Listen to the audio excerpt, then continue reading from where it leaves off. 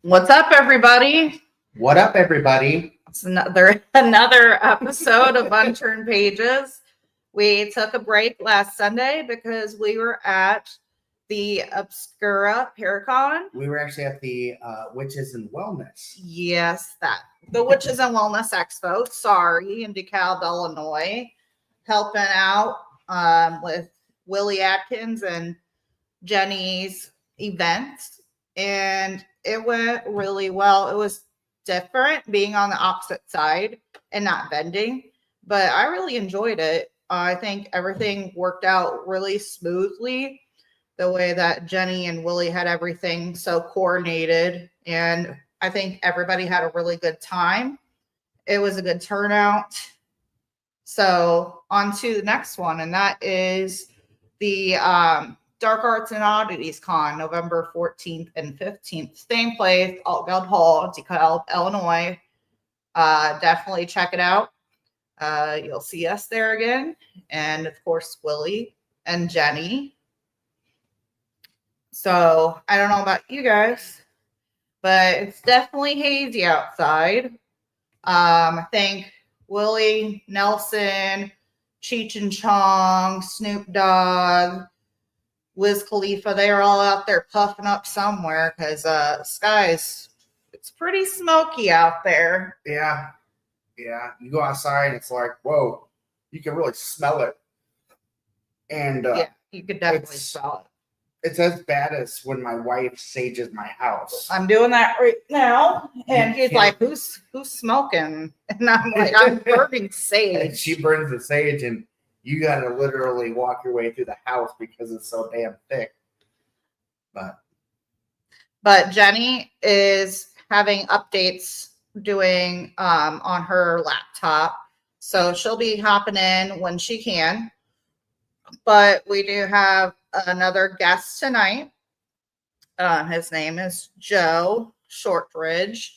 And he is going to be talking about his book that he came out with. He's an author. He is a podcaster, and he's had his experiences in the paranormal as well.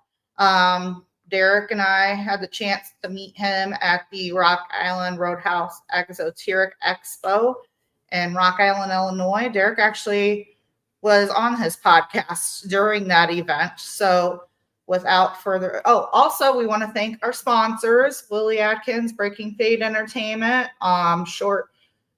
Small Town Paranormal Productions with Larry Eifler. So thank you guys. Of course, we love you guys. We're going to go ahead and bring on Joe. Hey. What's up, Joe? How you doing, man? Great. Good. I'm on your show. Yes. How the tables have turned. Yes. They duct taped me to the chair, and now I'm on their show. That's funny. That duct tape looks a little loose. Your arms got free. Well, let's start off by telling everybody who you are, where you're from, and where they can find you, kind of all that stuff. And I'm me. I'm here. Right here. I'm Joe Shortridge. I am a podcaster. Me and my sister do the 222 Paranormal Podcast. We are in our 11th season. Been doing this for 10 years now. Been on probably, I'd say 60 different conferences. Speaking or just vending. And we have a weekly show. We talk about all things paranormal. And I'm an author of, I think I got 6 books out now. But a few of them we're going to talk about tonight. And just that. And I do have another podcast called The Year of Profit. That's about body, mind, and wallet. It's a self-help podcast. It's doing okay. Not as good as the 222 Paranormal Podcast. One thing I'm proud of with the 222 podcast is that we are ranked in the top 3% of all podcasts worldwide. And we're trying to get to that 1% so we can start making some money. Wow. That's awesome. That's a feat. Congratulations. So, yeah, for sure. I'm just kind of interested. Where did you come up with the name 222? A couple different reasons. One, it's been a number that's coming up in me and my sister's life in the weirdest places. one of the things that I travel with a band, and we were doing a show down in Cave in the Rock, Illinois. Just for an example, is we had to go to where the show was, and in the middle of the road was this tractor with giant 222 on it. Plus, we see 222 everywhere. Mm-hmm. And I looked it up in numerology. It means that if you see 222 a lot, you know that you're on the right path.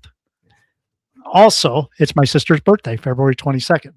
So when we're thinking about doing the show, we're like, well, why don't we just name it 222? It's catchy. It's easy to remember. And it's my sister's birthday.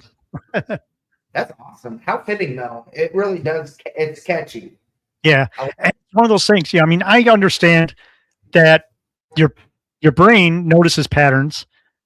That's why a lot of people have numbers that they see a lot of. But a lot of times when you start seeing a number over and over and over, it's more than just that. Right. More than just your articulated, I forget the name of it now, but the articulated reflex system in your brain, it deletes everything that you don't need to listen to or don't need to remember. But seeing 222 all the time, I think that just means that you're on the right path. And that's one of the reasons why we did it. That's awesome. And then it seems that you are on the right path because you said you're in the top 3% of podcasts. Yeah. And I have the honor of being on one. That's right. Yeah. You know, me and my sister bust butt and travel all over the country doing this, you know, and now that she has about 30 books out, I have a few out. We're starting to do more in other things besides paranormal. Like we have a craft show coming up. And we're selling our books at craft shows and stuff like that. And August 1st, we're in Mortuary Manor here in Toledo at a book fair. So it kind of opens it up to a different crowd, you know? Yeah. I have just one question. I'm probably asking this too soon. But I'm just kind of interested. And could you give us two pieces of advice to what makes a good podcast? You've been doing it for quite a while. You're going around all the country. 2 pieces of advice of what somebody who's looking into making a podcast or doing a podcast, what would you give them for a piece of advice? I'd say learn to listen. And a lot of people are like, what? Learn to listen. No, when you do your show, as you're interviewing people or as you're doing your podcast, you're listening to them talk, but you really need to listen to them instead of thinking about your next question. Stuff like that. One of the biggest thing and the most important thing you have to remember as a podcaster is hit record. I've done it where you don't hit record. And I say the third most important thing is to go to Amazon and look at my book, From Zero to Podcaster. It'll teach you all about it. Oh, okay. After we do the show, give me your address. I'll send it to you. Awesome. Thank you. We'd love that. Appreciate Really, it. You know, everybody has different styles. You know, whether you're going to be on YouTube or audio, which we're mainly an audio show, but there's different ways of doing things because of how you want to do it. I mean, even if you have a podcast that's audio and video, well, then you have to, edit it for both. Right. You know what I mean? And so you just do different things. It comes, the more you do it, the more you learn. And we're still learning as we're doing it. You know, I'm still learning to edit, even though I've edited over 700 hours of shows. I'm still, so you never stop learning. And I said, Paranormal XL's in the chat here. Gigi is awesome. That's another podcast you guys should listen to. Maybe it's Gigi on the show, but she has came to me and said, man, I learned so much from you. And I'm like, no, I've learned from you, so that's how it is. We learn. We're a community. We share each other's knowledge and, I'm an open book. I'm always learning. That's awesome. That's just like the paranormal, paranormal investigating.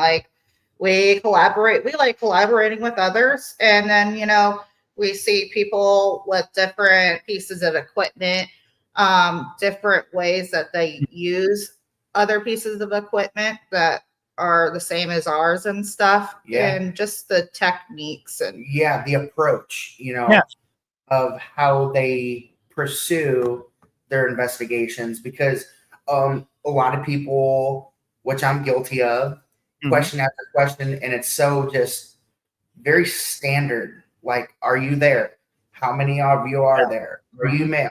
Like, let's think outside of the box when we're doing this. Let's get to like maybe what was their favorite color, what was their favorite food when they were alive, or this or that, But Well, I've always like listening, like podcasting, actually listening to who you're speaking with. Mm-hmm. And I've always said, when you're doing an investigation, act as if you're talking to them, because you are.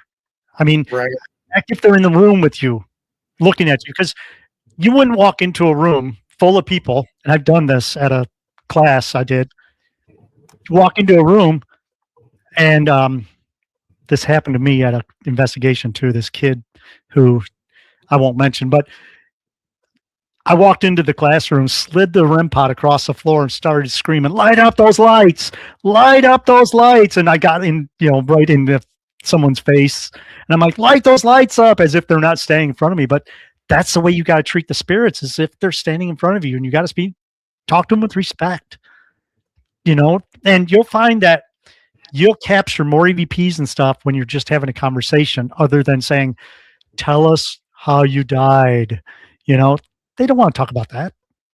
Right. Yeah. They may mention it, but they want to have conversations. I mean, doing my research into the books and stuff, and doing the research I've done for years, I know that when you're on the other side, you just want to be talked to like normal. I mean, some of them don't even realize they're past. So if you come into a room and you walk into a room full of people and start screaming, "Light up that light," they're all going to look at you and go, "Well, no, why the hell would I do that?" Yeah. No. And why would they want to talk about how they died? Yeah. Another thing too, you have to think about when the spirits live that you're talking to. Mm-hmm. You're not going to go up to someone you're trying to talk to in the 1700s and say, "Come touch this light," because they're used to candlelight. Right. And they're not going to touch the light, or they're going to think that you're witches or something like that. And you have this thing. They don't know what it is. So I always say, in our time, this is how we communicate. This is something we made. It's not magic. It's just something we made. Right. With you. Yeah. Sometimes I try not to call a tripwire because they don't know tripwires. Yeah. So I try to catch myself and I say, okay, if you can see this purple ambient light sitting directly in front of me or on the floor, can you go towards it to answer our questions? I just try to say, okay, it's like purple, because I don't know what these spirits can actually see, through their vessel or whatever. And so I try to at least, think of that kind of stuff, but Yeah. Yeah. I mean, we don't even know how they hear us. Now, I do know that my friend Miranda Young, the ghost biker, she did something where she took a whiteboard and didn't say anything. She wrote the questions on the whiteboard and held it up. Oh, wow. She was getting responses. So that's something else that we could do to figure out how these spirits see us, how they communicate with us. Because for all we know, we may sound just like they do on the ghost box, where we only heard bits and pieces of them. Yeah. They might hear pieces of us. Mm-hmm. We don't know. A friend of mine, he did something with a whiteboard also. He drew pictures on it, and using his spirit communication that he was using, he asked them, "Can you tell me what this is that I drew on this?" And they actually could say what it was. Mm-hmm. That would be a really fun experiment. I haven't done it personally, but I'd love to try to do something like that. It would make it fun too. I mean, really. Yeah. Yeah. And when you would learn so much. Right. Because that's what we're here for, to learn. Exactly. Yeah. I know Jenny was asking, what got me into podcasting. When me and my sister started our show, I was into UFOs and stuff like that. I wasn't really into the paranormal side, or should I say the ghosty side. And we'll talk about that in a few minutes when we talk about the book. But I was into the other, the UFO side of it. my sister just got done doing an investigation with the Ghost Adventures crew at the Ohio State Reformatory. Mm-hmm. She's Oh, like, "You're into podcasts. I'm into ghost hunting. Why don't we put out a show?" And I did some research, got some equipment, the same exact equipment I'm using 11 years now. And July 4th, we had a party at her house, and me and Jen were like, we got to go down to the basement and record. So we went down and did our first show. And so basically that got us into podcasting. I got into the ghosty side of it because of my shared death experience with my best friend, Jackie. Wow. so your best friend Jackie and you both had a near-death experience, or you experienced it together at the same time? Not a near death experience. It was a shared death. Now, okay, let me go back. Okay. Way back when I was younger and thinner and had bags. So me and my best friend Jackie did everything together. We were like soulmates. We weren't lovers.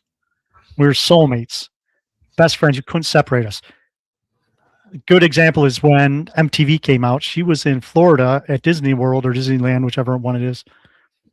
And back then the landline, you had to call long distance. I had her hotel number, of course. MTV came on, and I'm like, MTV.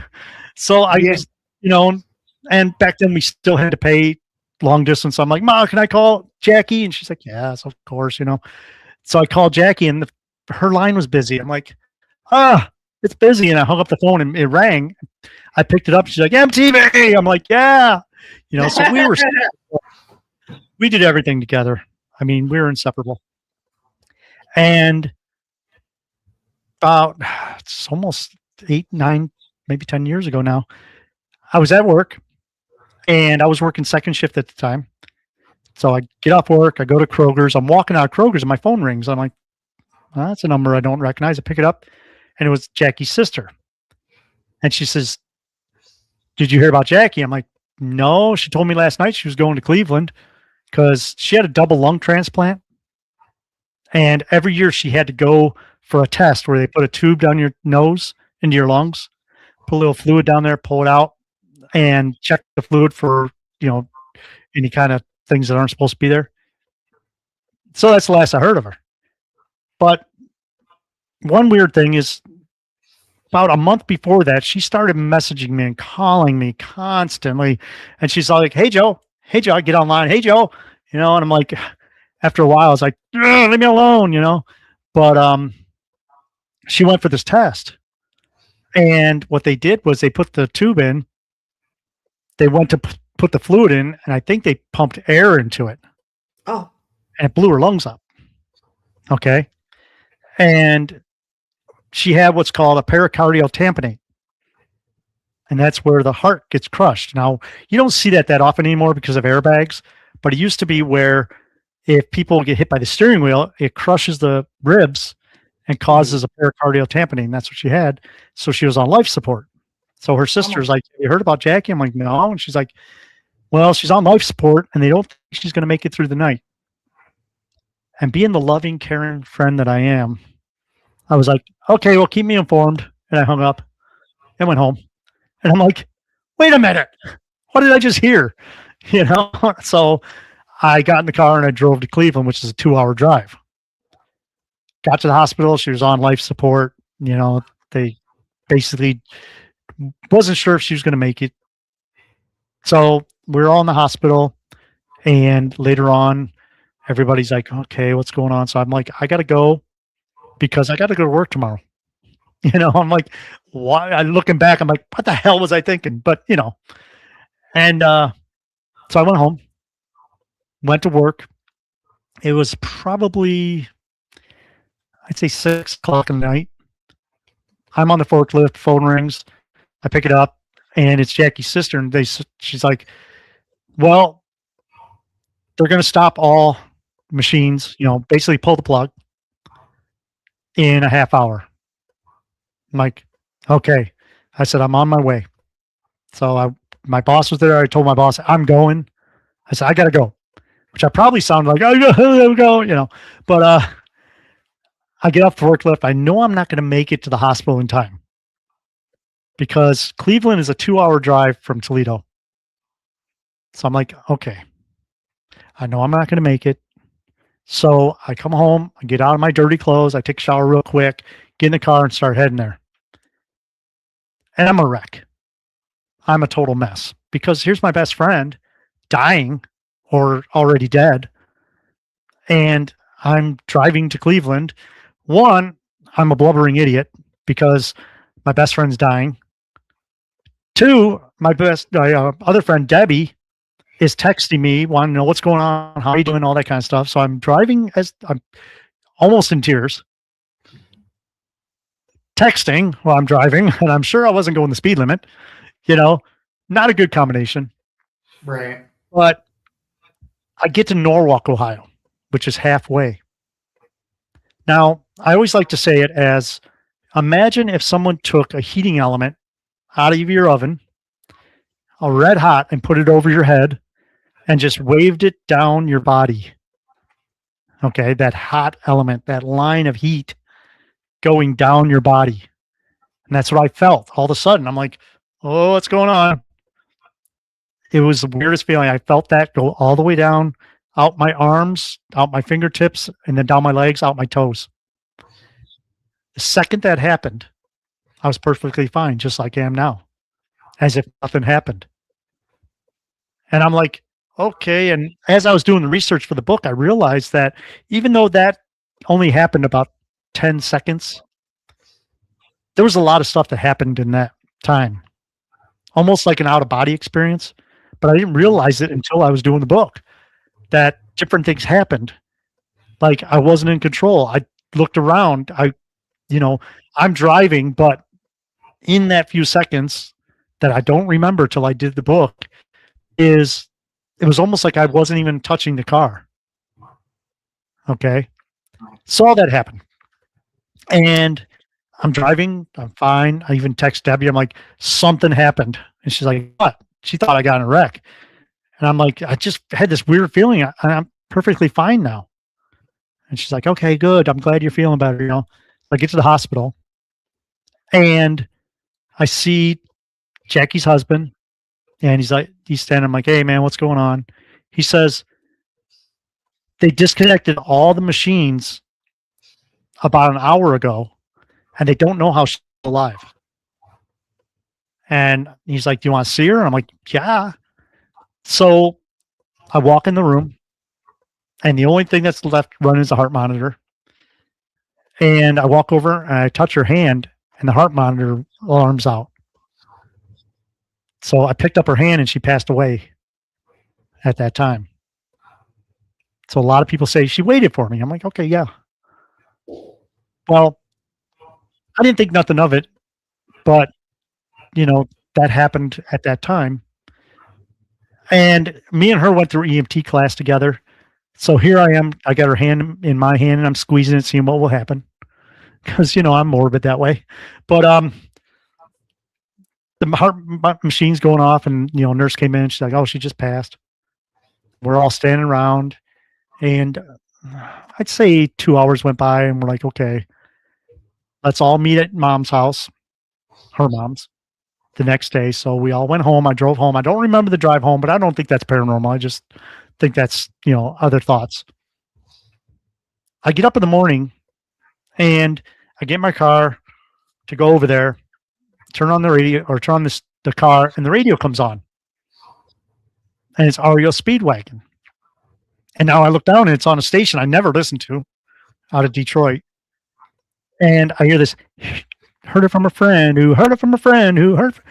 Now, REO Speedwagon, High Infidelity, Jackie wore out the tape. She wore out the CD. She wore out the album. She drove me insane playing that song over and over and over and over. So I didn't really think, I was like, wow, this is weird. But since then, I've had so much communication with her through Spirit Box, through, going to the places and that song will come on, or I'll think about her. I'll walk into a store and that song's on or stuff like that. couple examples of that is I was at work and I'm thinking about, oh, should I go home and work on the book or should I work on the show? Just as I thought that, 3 machines down, I hear the radio, heard it from a friend who heard it from, I'm like, okay, I'm going, you know, I'm going to work on the book, you know, and just dreams, stuff like that. I remember my first dream was like the 3rd night after she passed. I'm having a dream. I see her in my dream. And you think, oh my God, I see her in my dream. What wisdom is she going to say to me? Or what? I just looked at her and said, last time I saw you, you were dead. And she just smiled at me. And that's all I remember of that dream. But that's the thing is communication through dreams and music and all that happen all the time. Another good example is I do sensory deprivation tanks, which is a float session. Oh, It's- yeah. It's basically an egg that you get into with a Love foot it. of, and you float. Complete darkness, complete silence. So I'm Yeah. doing that. And I get out, I go to my car and I pick up my phone and my sister left me a message. Hey, we're at JoJo's. Come on over. I'm like, okay, I'll go over to JoJo's. And so I go there and one of my friends, God love her, she's a sweetheart, but she likes to talk about the same stuff over and over and over. And she's there and she starts talking about this story that I've heard like 1,000 times. I'm like, in my mind, I'm like, I'm so sick and tired of the same old story. Just as I thought that, the jukebox comes on, which hasn't played all night, REO Speedwagon. So Oh my God, the same old story. I'm like, all right, I'm leaving. Jeez. That's funny. Yeah. But it Wow. happens all the time. And that got me into the ghosty side of it. I wanted to know what happens after we pass. And 11 years later of doing research and studying, you know, I should say 10 and a half years because it took me 3 years to write the book. And it's Yeah. only like 98 pages, but I really put my heart and soul into it because what happened. And I've got other examples of people that had shared death experiences also. And the big thing between like a near death experience and a shared death experience is when the person is dying, someone that is living shares in what happens during that. Now, mine, I didn't really call it a shared death experience at first until I started talking to people and they're like, no, you had a shared death experience. You felt what she felt. And I really came to think of that when I had a kidney stone and they had to give me the hose and the laser and they gave me an epidural and morphine, and that's exactly what it felt like. So I'm thinking that I felt what she did when they disconnected all her medications. You know? Wow. Yeah. I was around my I'm sorry. It's random. She never really pops in here. Puppy. Gotta get down, honey. Come on. I was around both my grandmothers when they passed away. And they passed away within 8 months of each other. It was my Okay. mom's mom and then my dad's mom. And so both sides, you know, and you just like it. I don't know. It's just weird. I don't know if you've ever been around somebody who's taken their last breath ever. I was there when my resident died. Yeah. But don't you like feel this shift in the room? Like, It's quiet. Like there's nothing else. Like it's just like a bubble that you're in. Mhm. I feel like, and everything else is just standstill kind of. yeah. Yeah. Mhm. Yeah. One of my favorite stories is it's in the book, but it's not one of my stories. It's someone, you know, gave me permission to use it. The family was all around in hospice, and two of the women, the daughters, were standing next to the bed. And as the dad took his last breath, all of a sudden, one of the daughters says that she popped out of the room. She's like, all of a sudden, I was in this tunnel of light, and there was Dad. He was walking with me, and that's why I used the picture that I did, because it was one of my favorite stories. So she was in the hospital or the hospice room, and all of a sudden, she was in this tunnel of light, and she felt unbelievably happy. All this stuff, the same stuff you hear about, near-death experiences. She did all that, and she wasn't dying. And her grandfather was there walking with her, and he looked at her and said, "It's so beautiful." And then they spent probably 20 to 30 minutes, she said, on the other side. And Wow. he got to the barrier, because there is a barrier that you get to. And she said, he looked at me and said, "I'm happy now." And he walked in the light, Oh, and wow. next thing she knows, she was back at the hospice room, and she's like looking around, what the heck just happened? And there's my sister. So she felt that, and she never said anything to anybody. And about a year later, she went up to her sister and said, "Man, when Dad died, or I can't remember, it was a grandpa or whatever, but I'll say Dad. When Dad died, I felt this weird thing." And she explained to her sister what happened. She's like, her sister was like, "I've never told anybody this, but I had the exact same experience." Oh, wow. And so there were two people in the room that experienced the same thing, but didn't see each other. There's two separate incidences that happened at the exact same time. In real life, it was, other people in the room said, "No, you guys didn't look any different." But they experienced that. And that was one of my favorite stories. And that's what happens during shared death experiences, is different things happen. Like the room will start smelling like roses, or it gets super bright, or people will see the person like aura coming out of their body. And I know Jenny does aura photography. That's kind of like it. They see that aura all of a sudden around the body. Yeah. It's And interesting because I was just going to mention that my uncle said that he saw the aura leaving my grandma when he was explaining to me that night that he just knew that it was coming, and he saw that. Yeah, Do you- there's things that happen. Do you think that it's possibility of this is also a psychic connection between you two, because you guys were so close that you were able to feel It could everything? be. I don't say I'm psychic at all. I'm about as psychic as a rock. But maybe.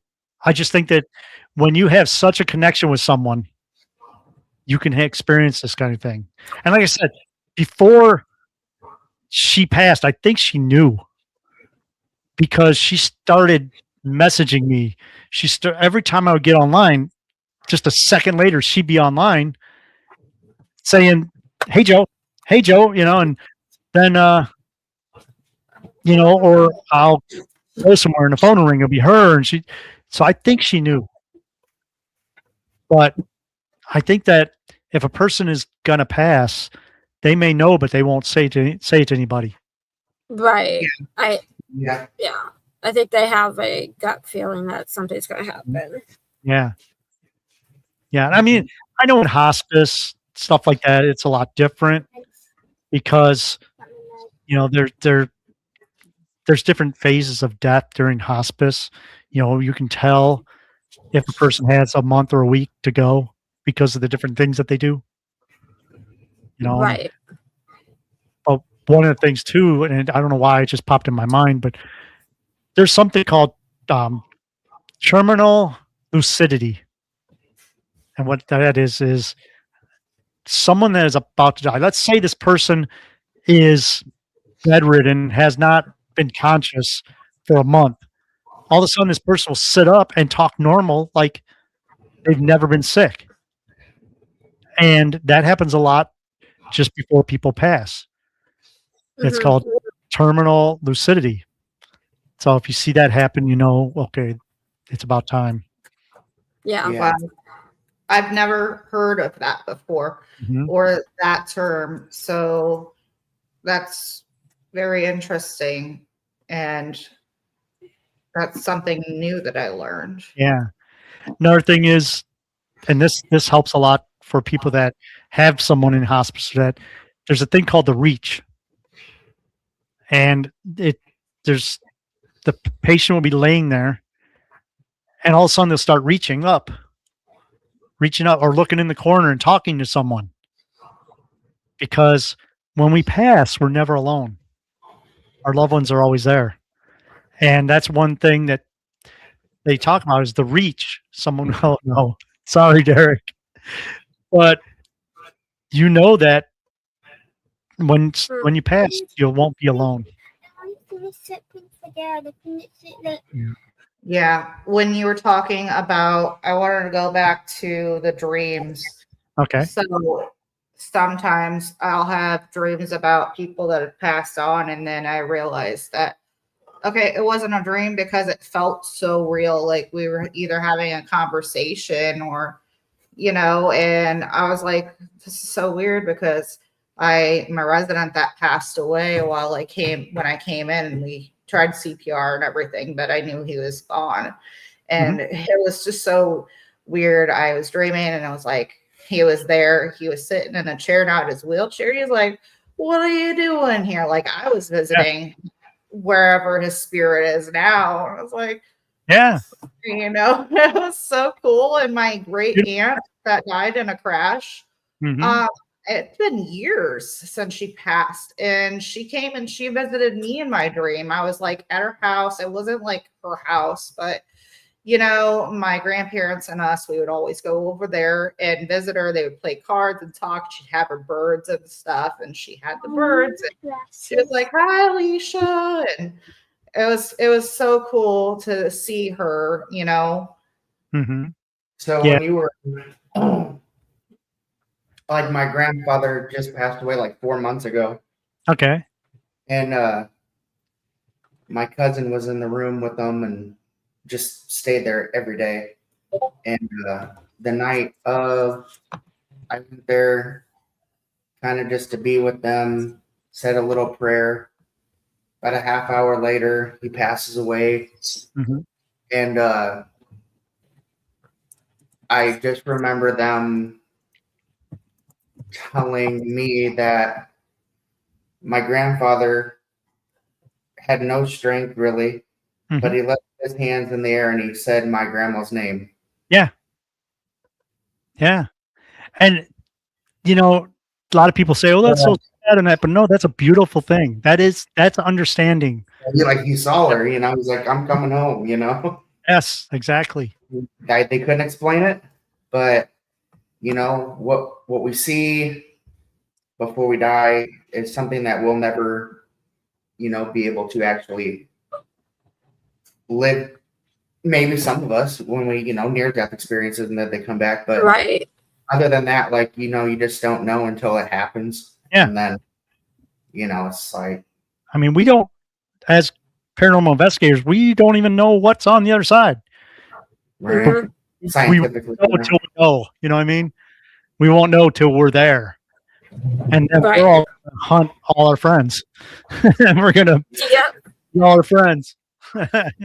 yeah. I've been telling people, like, when I die, y'all go on an investigation. I'll come and haunt your asses. Right. Flick them in the head. Like, sometimes I think about wanting to know what people how is the reactions going to be. And I don't know if this is a selfish thing for me to think or if anybody else has ever thought this in the world. Probably. Like, how would people react? What would they say, when I die? Because you're not going to know. Yeah. But, like, tell me now, like, while I'm alive. Hey, Derek, just want to let you know, have a good day, and you're doing great for your family, this, that. Don't tell me, don't just do it in after I'm dead. Yeah. Like, don't show me remorse after I'm passed away. Like, like, I think we should all do that. We should all, give each other compliments and how, we're doing, and go reach out to a loved one and just, see how they're doing. Yeah, especially because it's like the phone goes both ways, and Yeah. you never know. And then you wait when till it's gonna be someone the last. dies to like reconnect or to be there. Like, like if I'm gonna pass away, you could have, Mm-hmm. you know what I mean? Yeah. I'm better now, but it's just, And I'm it's here to- it's like dreams. I yeah, get so many dreams with Jackie in them. And the thing is, you think, well, okay, she's on the other side. She's going to tell me all about what it's like there, but they don't really. Yeah. I mean, No. sometimes they'll say it's beautiful, it's that. And the thing is, with Jackie, she was deaf. So when in my dreams now, and I've noticed this consciously, that when we talk to each other, her lips don't move because she ended up having a cochlear implant, which is to where they can actually put a thing on your head. And she had the old ones where it had the battery. So I always knew when her battery was going dead because she would start staring off. And I'm like, hey, battery. Or I'd shut the light off. She'd fall over, because she had no balance. I'm loving like that. But anyhow, our dreams are just normal dreams, normal stuff. We don't say, what's it like on the other side? Like one of my dreams I had of her, we were sitting in a 67 Lincoln Continental convertible with suicide doors. I think it was that car because I had the BB King CD and that's what's on the cover. Because your brain picks up things in the room and makes them into dreams. But we were in that car and we were laughing because we were making her sister and her brother go in the store and get pop for us. That's one of my dreams. Mhm. So they were just normal stuff. It wasn't like, her coming in and saying, it's like this, it's like, or, because lots of people talk about that, where they talk about dreams and visitation dreams, or I can't think of the other term, but it's where they talk about what it's like on the other side, Mhm. or they tell you to be careful. That was one near or shared that the experiences someone had was he got a message from his mother who passed in one of the dreams, and she just said, be careful. And he went to visit his dad, and his dad had dementia and pulled out a knife and was trying to stab him. Oh wow. Well, if he didn't have that dream from his mother saying, be careful, he wouldn't have been on edge. Who knows what might have happened. Mhm. And we talk about shared death experiences because they're more common than near death experiences. Now, I've talked to a lot of people that have had near death experiences, and a lot of it correlates, but the big difference is the person that experiences shared death experience comes back, to where the other person doesn't. Right. So I had a near death experience, and I'm just now talking about it this year because I don't know why it hit me. I just kept wondering. I remember that time, and I don't remember what happened after I saw that light. And I just remember hearing my mom screaming my name and saying no. And I was like, what happened to me? Did I die? Like, what did I don't remember going to the hospital. I don't remember like I don't remember coming back to it. And then Christina Bloom, she's a friend of ours, psychic, and she does regression therapy. So she walked me through it. My body was dying, tried dying 3 times. And she told me my mom, she called poison control, and she put a wet, cold washcloth on the back of my neck and on my chest. And she watched me. She laid me on the couch, and she ended up calling somebody. I think it was probably my grandparents or somebody, but yeah. And it just kind of makes sense as to why I'm like, I was always intrigued into the paranormal when I got older and started having experiences, because I was near death. Mm-hmm. Yeah. Do the people that you spoke with, do they mention seeing a bright white light? Oh yeah. Yeah, there's different phases. Like there's like 5 phases of what happens when you experience like a share or a near death experience, and it's about the same. But there's a thing called the boundary, and 99% of these people that have shared death experiences get to that boundary and they can't go any farther because even in near death experience or near death experiences, you come to that boundary. It could be speaking with the higher power and them saying you have to go back or stuff like that. But I think that when people experience the shared death experience like the girl did in the hospice room, she got to that barrier, she couldn't go any farther. And I'm thinking, well, I wonder what would happen if they did. I mean, would they pass away too, even though they had no symptoms? Because at that point that's the barrier, you know? Right. Oh, but they experience a lot of different things, whether it is the lights in the room, whether it's seeing a mist figure come out of the body, whether it's, you know, having the experience of walking down the tunnel of light. I had one person tell me that they actually saw the person's life review. And but all that stuff aside, they get to a certain point where they can't go any farther. And they always pop out of it. And, you know, along with that is like phone calls from the dead. There's so many times where a person will get a phone call from a patient. One of the stories is there's a nurse and she went to the person's house and the person wasn't verbal, but she did take care of this person for months. So she was talking to him before he went nonverbal. And he was basically in a coma. Well, she's driving. Wow. The phone rings and there's no number there. So she answers it. And it's that guy saying, "It's so beautiful. If I would have only known." And she's like, "Okay." And she knew about terminal lucidity. So she's like, "Well, maybe that's what that was."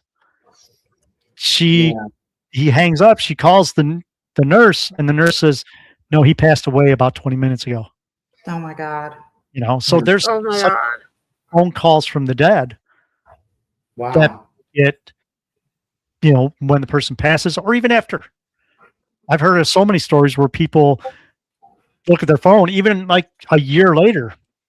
And I'm working on a show on that. I've got a lot of info together for an episode of that. But there's people that get phone calls from people that have passed a while ago, and they'll either just hear static or they'll hear the voice in like a far away going, "It's so beautiful. I understand now," and stuff like that. Wow. Wow. Those are some. My dad's best friend's wife passed away Oh yeah. Within the year. within the last year. Mhm. And, you know, she had health issues and things like that, you know, and so it was sort of kind of expected, but not really. And anyway, so he woke up, found her passed away, one, you know, laying next to him, and did his thing, you know, took care of all that stuff that same day. And at night, when he went to go either to bed or something, he gets this text message Mhm. from his wife that I don't know if it went through or she tried texting and it didn't go through, and then it finally did. But he said it was the weirdest thing, Derek, because it was a heart emoji Okay. on a message of his. And he still. And was that from his wife's phone? That was from her phone. Right? Yeah. Yeah. I have been so tempted, and I'm not going to do it, but I've been so tempted to call Jackie's cell phone. Oh, it's- yeah. 10 years. So I'm sure somebody else has it, and somebody's going to answer that number. And I'm like, I'll freak out.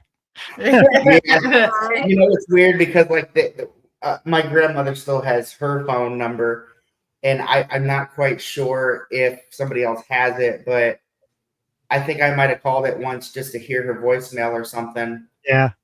And I don't know if I still have her number on my phone, but I don't know if you know, if somebody else has it or not. But yeah, I've got videos of my grandma when I was playing pranks on her, and getting her going. I still listen to them from time to time, and we kind of reminisce, and I'll show, some family when we're just random, but it's nice to kind of hear their voice, Mhm.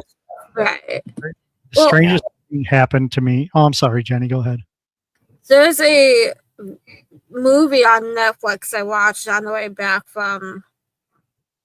No, I watched it on the way to Chicago, I think. Mhm. I'm trying to see if I can pull it up. It's like voicemails to Jackie or something, and Okay. it's like literally what you guys are talking about. Like she calls this phone number of her dad's sister to hear her voicemail thing, and leaves her voicemails as if she was still living. And then some guy got that phone number and kept getting these calls. And then he finally tracked her down, and it was like just like what you guys are talking about. I'm trying to figure out if I can find it. But it's a really good movie. It's a. Mhm. Joe, you were beginning to say something a minute ago. It's sort of like EVPs. I sent that one to Jenny. Yes, I have it. Hold on. I have it pulled up. Okay. Let's see. So let me build this up. Like I said, there's been so many times where I'll get online and Jackie will type in, hey Joe. And I guess I was kind of rude because I'm like, what? Leave me alone, But me and my sister were recording one of our episodes, and we have EVPs happen to us all the time when we're recording our shows. Yeah. And we get done with the show, we do our closer, and I'm sitting in the studio now. I got the table turned sideways right now, but usually I'm on the side table, Jen's on the other side of the table, and on my side, I've got my back to the window. Straight ahead, which will be over here right now, but straight ahead is my art gallery, and then it leads out to the house from the studio here. And I see this blue light. I'm like, Jen, I just saw blue light. So she grabbed the spirit box and she grabbed her phone, and we captured this EVP. If you want to play it, Jenny, go ahead. Yep, I'm gonna try. Here, hold on All one right. sec. Let's see if it works. Let me Okay. make sure volume is up. Should play. Whose house am I in right now? I'm trying to confirm that you know who lives here.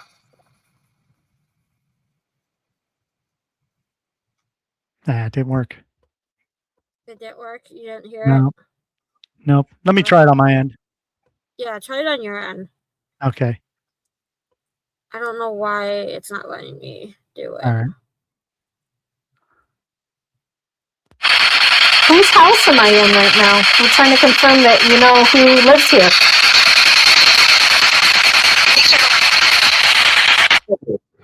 It's Jackie.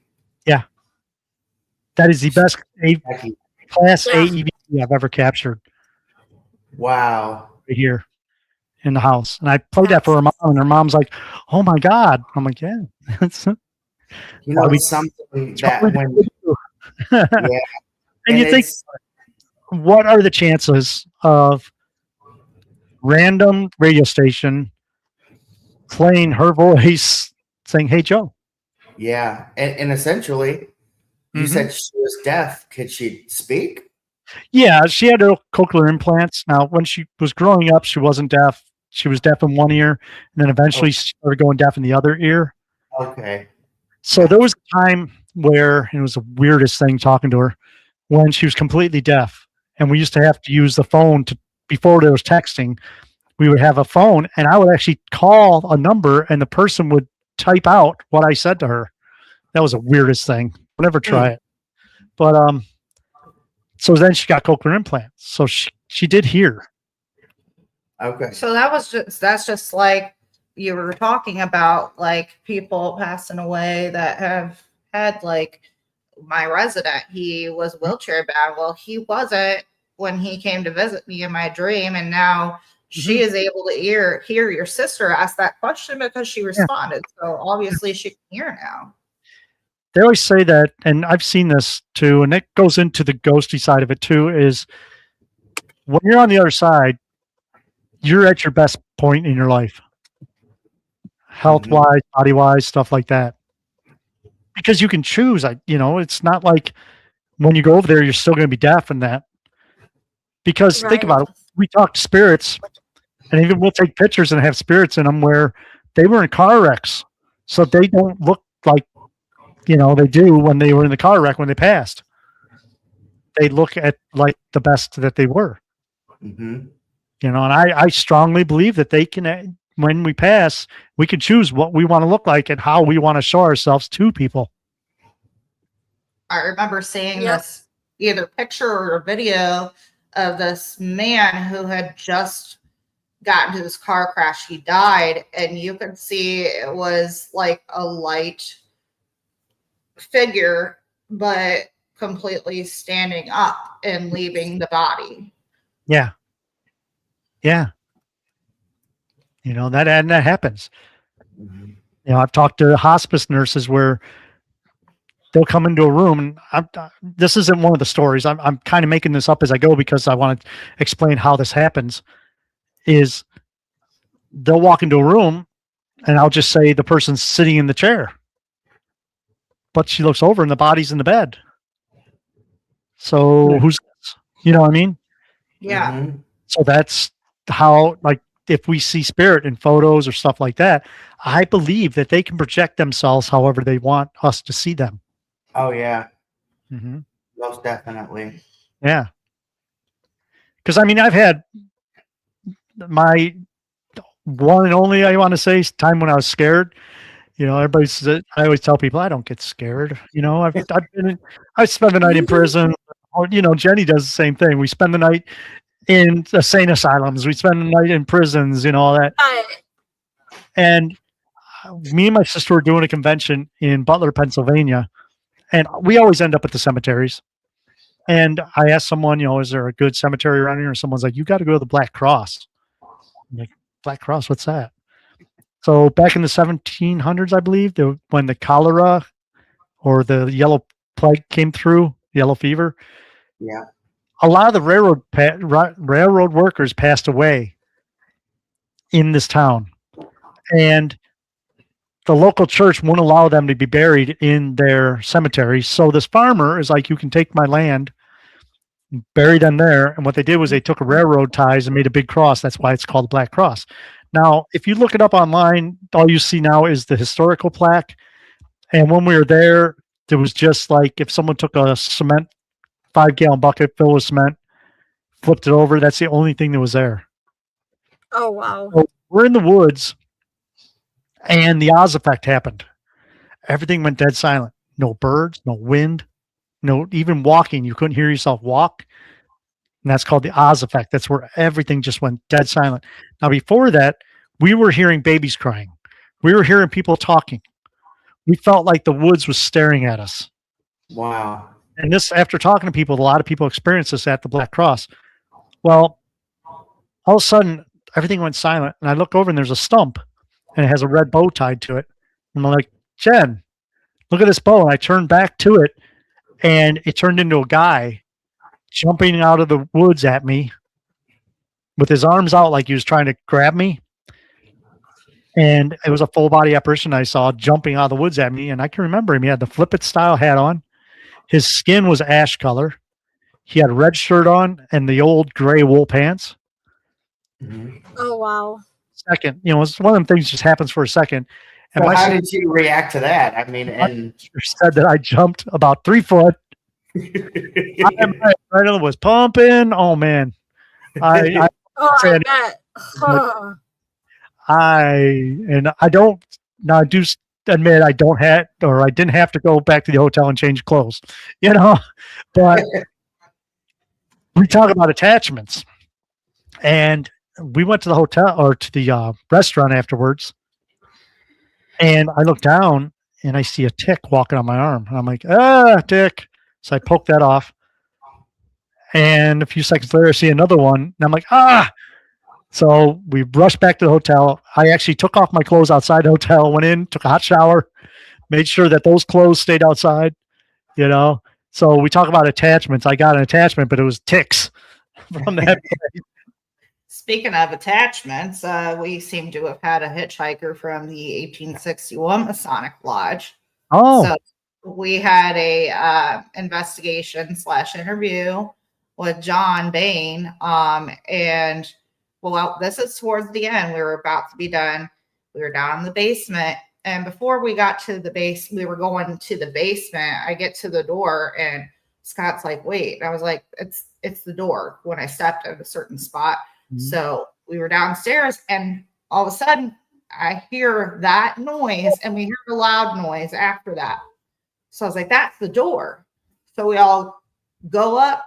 That basement door is open. We're all looking around to see if somebody snuck in because there's a bar grill next door. There's a bar across and people are always wondering about the building. It was the main door, entrance door. The main entrance door. Yeah. Walked past, the front door was wide open and got home. Last night I went to the garage to grab some drinks out of the fridge. I shut the door behind me always that leads from the house into the garage because I don't want the cats to get in there. And I'm opening the fridge. All of a sudden, the door opens up. So I thought it was Stella coming into the garage. And I was like, what the fuck? So I go inside the house. I'm looking around the kitchen, the living room, the hallway, and the kids aren't around. Derek's not around. So I shut the door. I was like, hey, Stella. She's like, yeah. I was like, did you just open the garage door? She's like, no. So I sat down on the couch. I was like, okay, somebody came and followed me from the lodge. That's weird. You need to go back. Yeah. You can't stay here. Sorry. So we'll see if they left or not because nothing's happened since I've been home tonight. think about that. Poltergeist activities. If Hey, they could have be- enough power to move stuff, why don't they have enough power to clean the house? You know? Right? I'll tell you. So you have your book that we've been kind of talking about. Well, we have been talking about like experiences, like, you know, and so where can everybody find that book? You have other books. You said you wrote how many? Amazon. All my books are available on Amazon. My latest one is the UFO book, UFO Enigmas.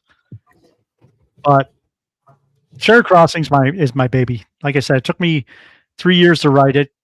It's half the size of my new book, but a lot of this stuff is stuff I've learned over the years for the show, to where Shared Crossings is the actual experience that I've had. But like I said, all my books are available on Amazon. Just type in Joe Shortridge, it'll come up. And I also have my book about what you should do in the morning for my other show. Just like I said, I'm a life coach also, and I talk about body, mind, and wallet. Now that book there is all about self-help and stuff like that. But I do have I like that. books on the paranormal, and they're all available on Amazon. Our show is available on all the podcast outlets. We just got on Para X Radio, and we're also on 106.5 FM here in Toledo. But anywhere you can podcast from. Nice. And pick up my books and my sister's books at any show that we're at. Like I said, August 1st, Mortuary Manor here in Toledo. We're going to do a book show there. September, we have the Cleveland Paranormal Convention. And that's on the 12th. On the 19th, I have my notes in front of me here. On the 19th, we're in Detroit, Frankenfest. Then the 26th, we are going to be in Western Kentucky. So the books are available at the shows or on Amazon. Nice. Awesome. Now, can people, you said you were a life coach. Do you do services online for anybody who's interested in needing some coaching? I haven't done it in a while, but I'm always open to it. Okay. Yeah. I kind of shifted away from that for a little bit so I can focus on the paranormal show. Right. But I still Right. do my Year of Profit. It's called Year of Profit, which is my other podcast. I do that. That's kind of my hobby thing. Like I say, it's not doing as good as this show, but Right. I enjoy it, and I get to tell people what to do. So what day do you have a set date and time for your podcast? Yeah, the 222 Paranormal podcast comes out every Sunday at 2:22. And Year of Profit comes out every Monday at 7 a.m. Nice. And they're audio shows, so you can listen and work or walk or whatever. Heck yeah. And we have 537 episodes you can binge. Wow. Oh yeah, that's a lot. And I'm on There's one a of little them. binge there. So do you have any paranormal investigations coming up for the year or tonight? Here, no. We really scaled back on our stuff. My sister fortunately had an opportunity with her job where she could sit and write a lot, but we really cut back. We were doing up to 3 conventions a month, and then also ghost hunting and stuff. But we kind of cut back on that. We're not doing as many because after a while, I mean, and I'm touring with the band, and you're like, "What city are we in?" You hear about that, and you think, "Oh, come on, I've done that. I've woke up. I'm like, what city are we in?" You're in a band? I must have missed that. No, my best friend is in a band that tours. My best friend Dana, she's in a band. It's called True Devil now. It was Dead in 5, and they got a new singer, so they changed the name. And I was touring with them. She calls me her road manager. I basically pay for the beer and stuff. Nice. Funny. That is funny. But yeah, He's the keeper of the beer. yes. Instead of the beekeeper, he's the beer keeper. Yep. I'm the one that goes into the venues at 11 a.m. and make sure everything's ready. Usually, load in is for a 11 o'clock show. Load in is usually around noon, 1 o'clock. So we have to load into the venues, do sound checks, light checks, all that. And the life of rock and roll is very boring. People think, "Oh my God, we're the first ones to get there and we're the last ones to leave," Yeah. But no, we really cut back on our stuff with the paranormal of different conventions. We're going to be at a few. Like I said, we changed up a little bit. We're doing flea markets and stuff like that just to push our books more. Right. That's Yeah. awesome. And if I update the website, it'll be available there. Yes. And Jenny, you said there's a website that you have? Huh? My audio keeps cutting in and out. Yeah, you said you have a website that people can also go online? Or is it just Amazon? Oh, you mean for the books? And Yeah. we do have 222paranormal.com, but Okay. I have not updated it in a long time. I need to do that. But the best thing is Amazon. Okay. Just type in Joe Shortridge and it'll come up. Can we go just give us a little brief information about like UFOs and like how you got into that as far as like getting into you writing books about UFOs and stuff? I was always interested in UFOs, even before I was interested in the ghosty side. And I'm so interested in space and stuff like that. And, after doing the show for a while, the different, because when we do the show every week, we have to learn about a different topic, so that we can put the show together. And a lot of people don't realize that when you're doing a podcast, an hour show, you're spending hours researching and then hours editing also on the front end and back end of it. And I learned so much, and I just learned a lot. So I put it all together that I could think of in the book. So that's awesome. it. The other books we're doing Frankenfest in Detroit, and it's called Fort Wayne. It's not Fort Wayne, Indiana. It's actual fort called Fort Wayne. So we did a show on that. I made a little book about that so I can sell it at the show, stuff like that. So it's a lot of knowledge that we learn every week. And I'm like, I might as well put it in the books. And that's what my sister did with her 300 books or whatever she wrote. She's got like 60 books out now. But it's a lot of knowledge that we learn along the way. We've been doing this for 11 years now. So I need to purge, get all this information out. Awesome. Another quick We will question. Have you ever seen a UFO? No, I haven't. Well, no, I shouldn't say that. Okay. I'll make this as short as I can. We were up in Michigan at UFO Con, and our good friend, and you probably know him, had these goggles, military grade goggles. Yeah. Those goggles. Yeah. So we put them on, and I'll just say his name, Steve Ward.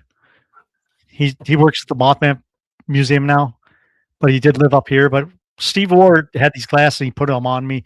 I looked up, and you would not believe all the stuff I saw moving around up there.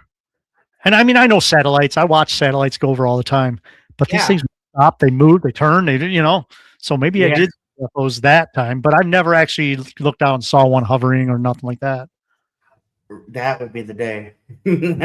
Our friend Jessie, she conducts CE5 experiments. So it would be cool if like all of us could get together with Jessie Hawthorne and CE5 experiment. Jenny, have you ever done one? No. Yeah, I want to. I know Christopher Jensen does them at FCI and ISS. Oh yeah, I've seen that too. That he does them too. Yeah. He just started doing them last year, and he did one that he did 2 this past weekend and at ISS, and that was crazy. I heard. Yeah, if anybody hasn't seen Project Hail Mary, go out and watch it. It's a pretty good one. Yeah. Do you remember Michigan Paracon? God. Oh yeah. Yep. Funny story. When we were at Michigan Paracon, every time Jenny would walk past my table, I'd be like, Jenny, and she just kept on walking. She's like, who's that? Who's that weirdo talking to? But Andrea Perrin was out in the parking lot doing her thing where she comes in. I walk out there, and this lady's like, look at that UFO. It's been there since the whole time we come on. I'm like, that's Mars. She's like, no, it's UFO. I'm like, that's Mars. And she's like, no, look, it's been sitting there the whole night. I'm like, yeah, because it's Mars. That's hilarious. No, but seriously, it's crazy. Every event I go to, I swear I have my name yelled at me so many times, and I'm like, I don't know who you are. Stop. Who's this weirdo? That's funny. Right? Well, it was funny because last year, Michigan Paracon, my good friend now, Heather, was there, and we had crossed each other so many times. Yeah. And then we met later in the year. We're like, we were there at the same time. Oh my God. And then like Dale Craigley like stopped me mid walk somewhere, and he goes, "You're Jenny from Unturned Pages. Oh my God, I'm a huge fan." I'm like, okay, chill a little. Yeah, was saying that too. They at the Witches and Wellness Expo, they're like, "Wait, you're with Unturned Pages?" I was like, "Yeah." I was like, "Oh, this is kind of different. I'm not used to getting nice." And it's funny because like at the Witches too, I ran into 2 or 3 people that I've made friends with being on here, with the girls, and I'm like, oh, yeah, we talked on a podcast. And then we became friends. My bad. It's so weird when people recognize you, because I'm so used to that with Dana.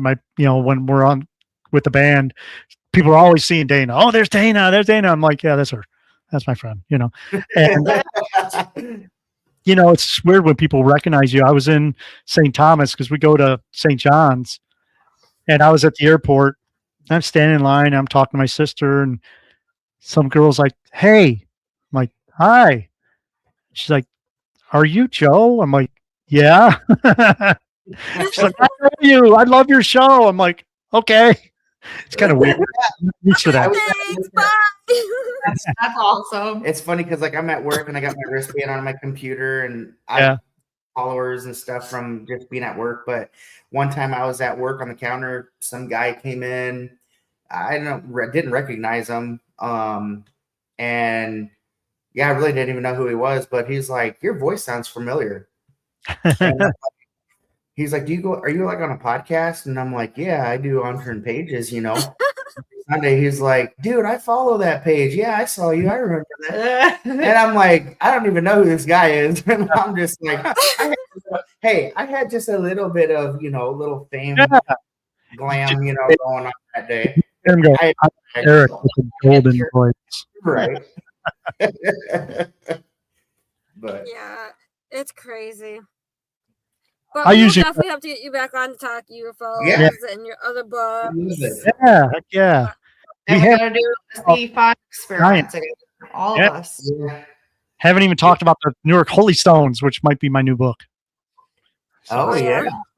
Stay tuned for that. We'll have to get you on that. And hopefully my computer won't be a POS. We'll have to get out to Holy Toledo sometime. I've been wanting to say that since you first said Toledo. Like 2 minutes in, I'm just so I had to get that out there. Yeah. Holy Toledo. But thank you so much. This is so much fun. Yeah. I've been looking forward to getting on the show for so long. And this is a blast. And thank you all. Yes, and thank you. Yeah, thank you for coming on. We love talking with you. We're Mhm. definitely going to be doing another one. And like I said, we do the CE5. I don't know where you're at. Oh, wait. Holy Toledo. Yeah. Yeah, so you're our neighbor. So we'll definitely get together. Let's do like a 2027. All right. And we can do like the ISS, the CE5, and then investigate ISS because I've not been to ISS yet. Neither has any of our team members. Besides Jenny. Indiana State Sanatorium, yeah. But definitely have you come back on. Yeah, For sure. definitely. Sweet. So thank you so much for coming on, everybody. Make sure that you go follow 222 Paranormal Podcast. Yeah. Mhm. And that's Sundays at 2:22 that they come out with a new episode on all platforms, correct? Anywhere you can get your podcast from. Check out Joe Shortridge on Amazon for his books. And with that being said, we're going to go ahead and call it a night. Thank you guys. Have a great night. See you next Sunday. Yeah, for sure. See you later, Joe. All right. Thanks a lot. Thank you.